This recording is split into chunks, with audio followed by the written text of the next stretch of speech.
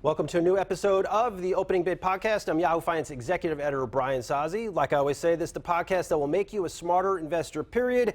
And of course, Opening Bid sponsored by our friends at Vanguard. Let's get right to our featured interview of this session here at the NASDAQ in Times Square. Adam Parker, Trivariate Research founder. Adam, good to see you in the flesh. Longtime follower of your work. Thanks for having me. I loved your recent note, and I think maybe you're trying to poke some holes in this market rally we've seen after this U.S.-China trade agreement. What is next here for the market? Well, you take a step back and you say, well, we had a huge 23 and 24 for the U.S. equity market. We came into this year thinking the market might be down and volatile in the first half of the year with things like tariffs and other policies not in the price. That looked reasonably intelligent until early April, and we've seen a huge rally that frankly has been a little bit bigger than I would have thought. I take a step back and say we're almost flattish now as we sit here year to date on the S&P, and I think we did some damage to the 2025 earnings versus what everyone thought in January 1st. So for the price to be right today, I think what you're saying is that the earnings in years 2028 through 2033 or some long-term view of earnings is now better than it would have been otherwise, and that we're going to go through some sort of downward trajectory to earnings followed by a recovery that's better than it would have been without this. And I think there's a little bit of TBD on that. I'm not sure I should pay all for all of it right now. What will, and I love that you look at earnings estimates. I mean, you've been doing this for a while. Tell us about your career. My career? Yeah, we only have 24 minutes, but quickly, PhD in statistics. I worked at Sanford Bernstein as a fundamental semiconductor analyst, and then became a strategist, mainly the U.S. equity strategist at Morgan Stanley. I went to the buy side to a great firm called M&S Capital, run by a guy named Ricky Sandler, and then we started Trivariate 4 years ago. We sell research and services and custom work to institutions who care about U.S. equities. And we also have a business called Trivector Research, which is really specifically for advisors and individuals who care about U.S. equities. We sell it for $100 a month. You get inside publications, you get webcasts, you can ask me questions, you get all kinds of ETF analysis. And so $100, you got to raise prices on it. Blame tariffs out. Yeah, it's true. We have a tariff-free, China-free product pricing stack, so hopefully that's attractive. You make a good point, though, but now that the market has rallied, the fundamentals from companies have to justify that rally. Yeah. So to that end, what will second quarter earnings look like? April earnings season was definitely better than people thought, including me. I felt like even as early as March, things were slowing a little bit on the consumer side. I mean, earlier in the year, you saw Walmart lower their revenue guidance. The conference news that investors go to Raymond James in March in the small cap space, Morgan Stanley's tech conference. Things were slowing a little bit. So I thought heading into April, we might see a mediocre set of earnings, maybe a little bit of weak guidance. But when you got this tariff stuff, I thought, well, boy, we could see some pre-nags. And you really only saw pulled guidance from, I don't want to say businesses nobody cares about, but businesses that aren't seen as broad barometers, autos, airlines, right? So people say, yeah, Visa's number was pretty solid. The bank earnings Visa's quarter surprised the hell out of me. I talked to his CEO, and he told me that trends through April mirrored what he saw in the first quarter. I'm like, Ryan, you got to be kidding me here. Right.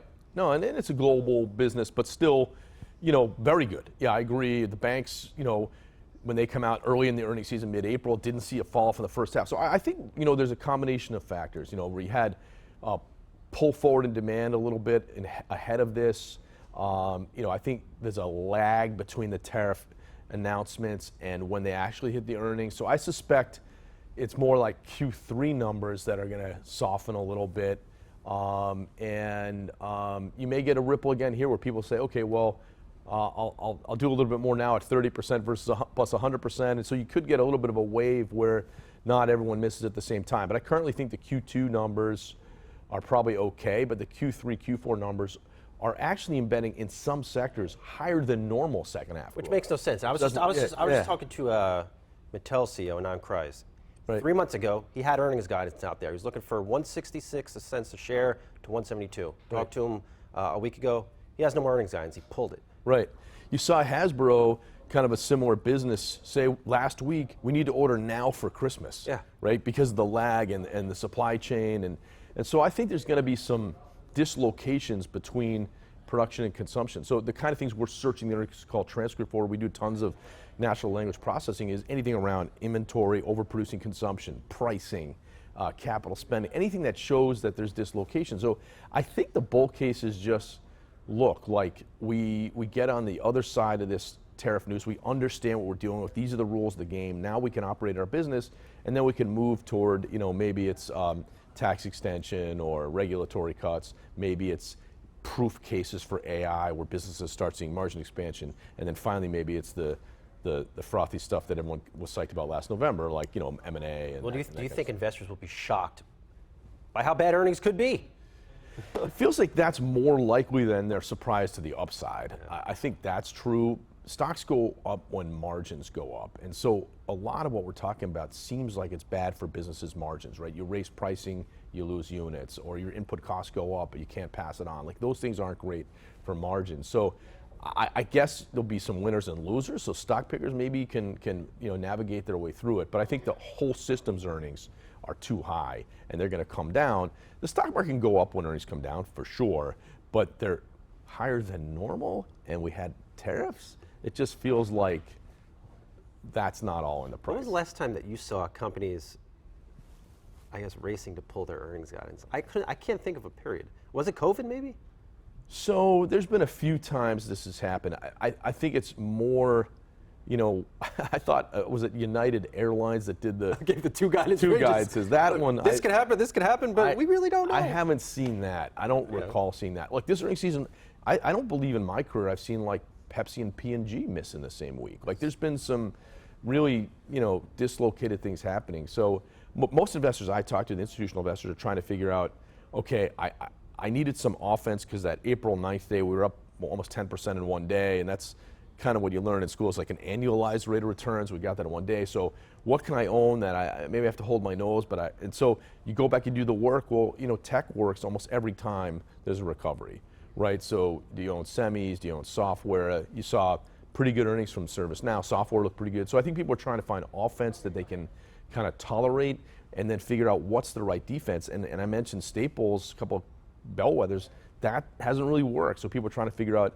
what's the tariff-free, China-free defense. I'm still trying to figure out what takes down ServiceNow. Every quarter, no matter what that company does, it just grows significantly. Yeah, well, people like, certain aspects of software generally are good, right? Recurring revenue, consistent pricing, all that. I think the steady part, the stable part of the barbell has been hard. I mean, we've been recommending stuff like aggregates, like Vulcan and Martin Marietta and Knife River, or Waste Management and Republic and Waste Connection, like things that are, I think, we still need our garbage tariff-free. Garbage has to be picked up, right? They don't grow massively. They're not cheap, but they're just good, solid businesses. Well, hey, look, if I buy less toys because now they're double in price, that's less trash. Less garbage. Look, I mean, we're just connecting the dots here in real time, guys.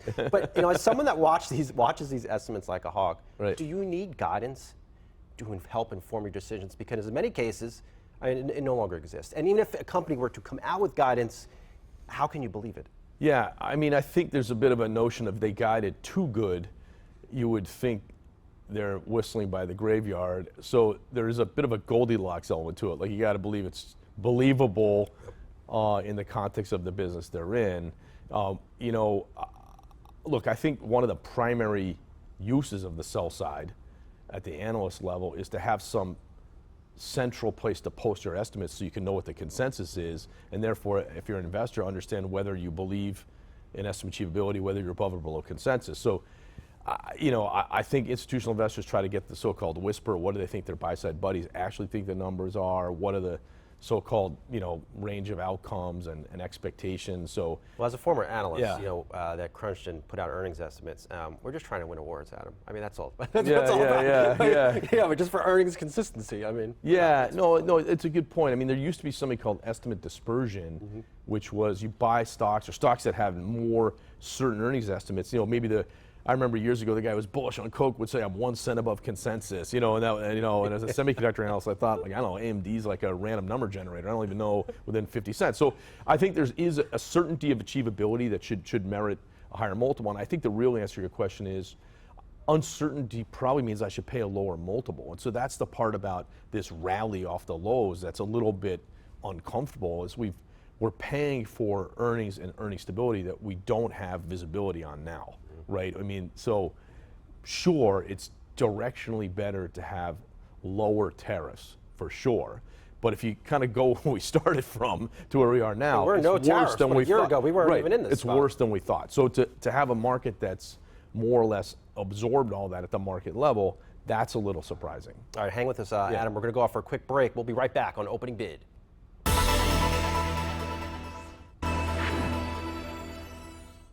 Welcome back to Opening Bid here at the NASDAQ in Times Square. Opening Bid sponsored by our friends at Vanguard. Having a great chat here with Adam Parker of Trivariate Research, of course, the company's founder.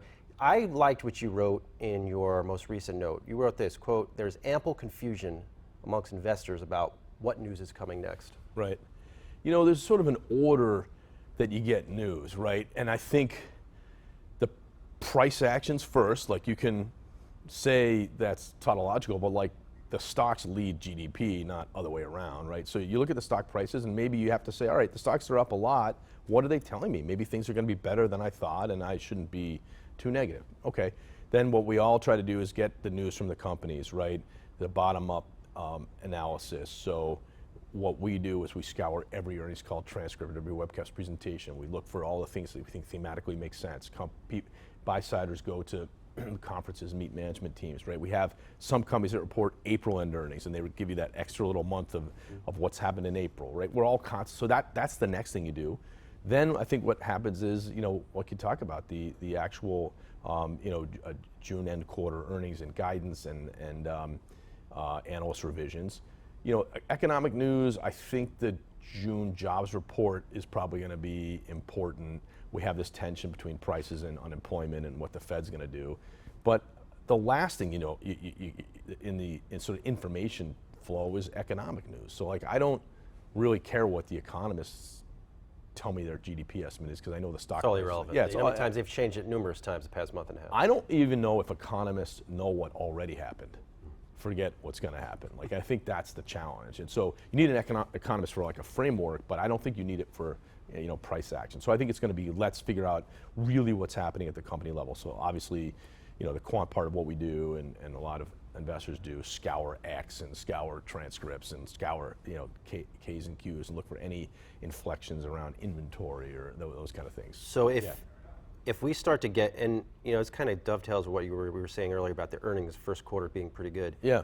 What if we go on a stretch late May into June of bad economic data? That first sign of data that, hey, this trade war is having an effect, and sure, we maybe have ratcheted down the rhetoric with China, but still, this stuff is starting to hurt. How do stocks react?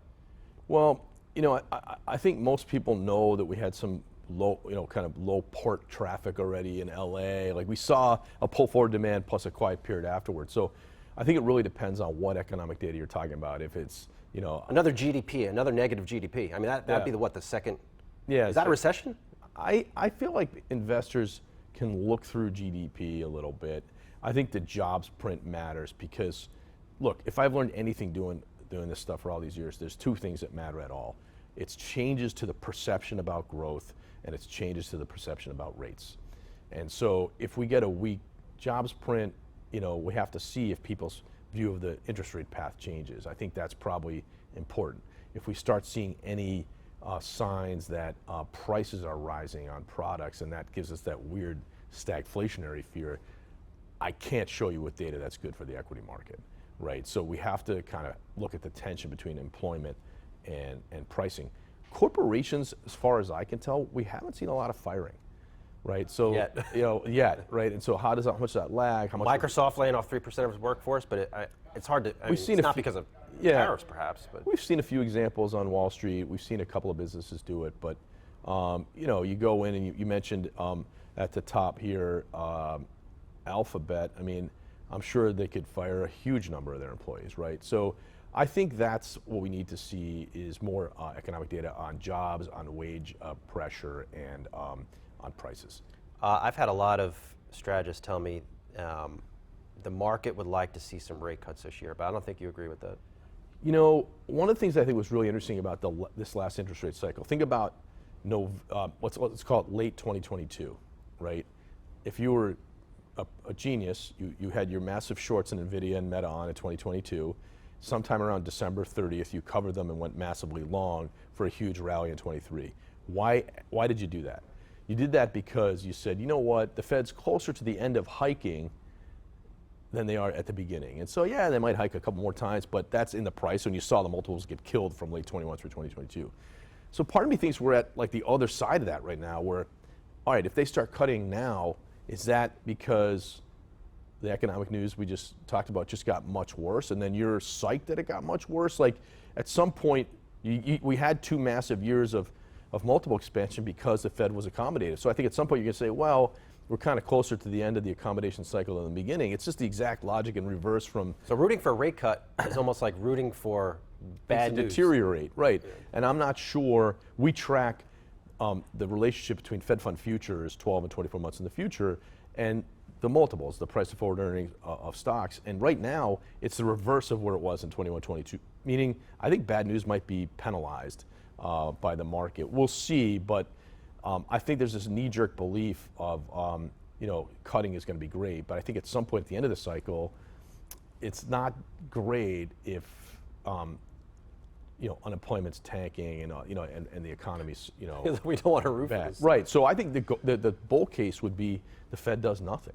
Like they pause. I mean, they don't feel like things are dropping off enough that they have to do anything. And then you say, okay, well maybe we are kind of like navigating our way through this, and maybe even though I don't think it makes that much sense, maybe in the distribution of possibilities we are going to navigate through this without a big earnings hiccup, and so that if you start believing that narrative more 3 months from now, how long would a pause? Pause for the whole year, bullish for stocks? I think so. I think if they pause the whole year, it means that we kind of are in this sort of sideways economic thing as opposed to declining, and I would view that as bullish versus what I think could happen. You mentioned the June jobs report. Yeah. Why that report, and does that go negative? Is that what you're looking for? I just think that people believe, one of the things that's I think most wrong that I look at is, I look at it all the time, is this is a function on Bloomberg called WIRP. It's how many cuts people think the probabilities at each month going forward. And that moves like crazy, right? And so people's expectations for how many cuts or when the cutting will stop and they might hike, that really changes around the jobs report. And so if you get a big kind of dovish or I guess, hawkish jobs report, that could move out the expectations for the path a lot. And I think that's the perception about, change the perception about rates part, that is one of the 2 things that matters the most for investing. In the last part of our podcast, Adam, we always love to get hot takes from investors. And let me set it up this way. Yeah. I got a note from you in my box a couple months ago on the Mag 7. Yeah. And it was, at the time, I think a contrarian call. Mag 7 was still, of course, there's NVIDIA, Microsoft, Tesla, you name it. Right. Still trading pretty much at, not peak valuations, maybe just a little off. And you Yeah. were, hey, something's off here. This is Yeah. not good. Well, now this space is back to leading the market. These stocks have rallied back.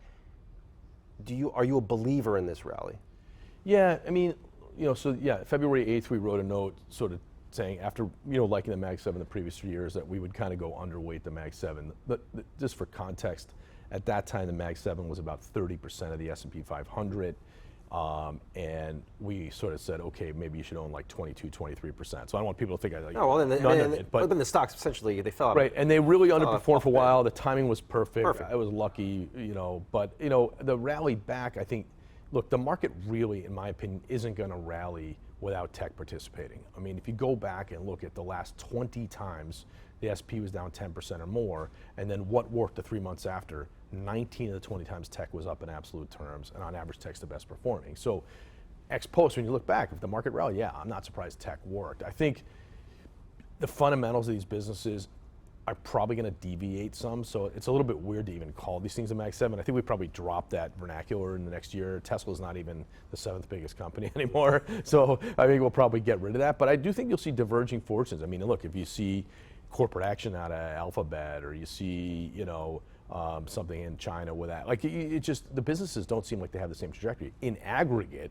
they will grow faster than the S&P X the Mag 7. So it doesn't surprise me in an offensive risk-on market like we've had since April 9th that they participate. But I think they're still embedding some of the risks that I originally wrote I was concerned about, primarily the higher capital spending, right? So the businesses had 8 to 10% capex to sales for the previous 5, 6, 7 years. And if you look at what they said their capital spending is this year, it makes them more like 14, 15%. And so that means their margins are probably going to be a problem. And as one of my buddies in Boston said, I wish I'd thought of this. Yeah, it's hard for me to raise money for a decelerating revenue margin contraction fund. That's a good one. Well, can these stocks work higher if that June jobs report isn't good? You know, what I'm trying to think is like, can this be that leadership space still that everybody went to if the economic data starts to go sour? Because they have a lot of cash and they're just beasts in what they do. You know, we got them underperforming in a down tape earlier this year. I'm not sure they'll underperform in a down tape going forward. I think they'll probably, you know, just because their overall ability to absorb higher prices is better than the market ex Mag 7, you know, just in terms of passing on pricing, et cetera. So, you know, I think they probably could act a little bit better if we do get a correction.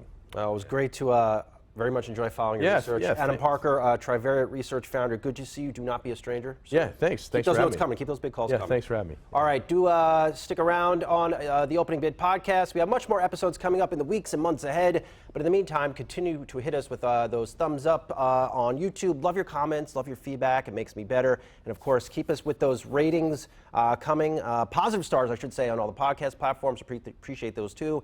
And of course, Opening Bid sponsored by our friends at Vanguard. We'll talk to you soon.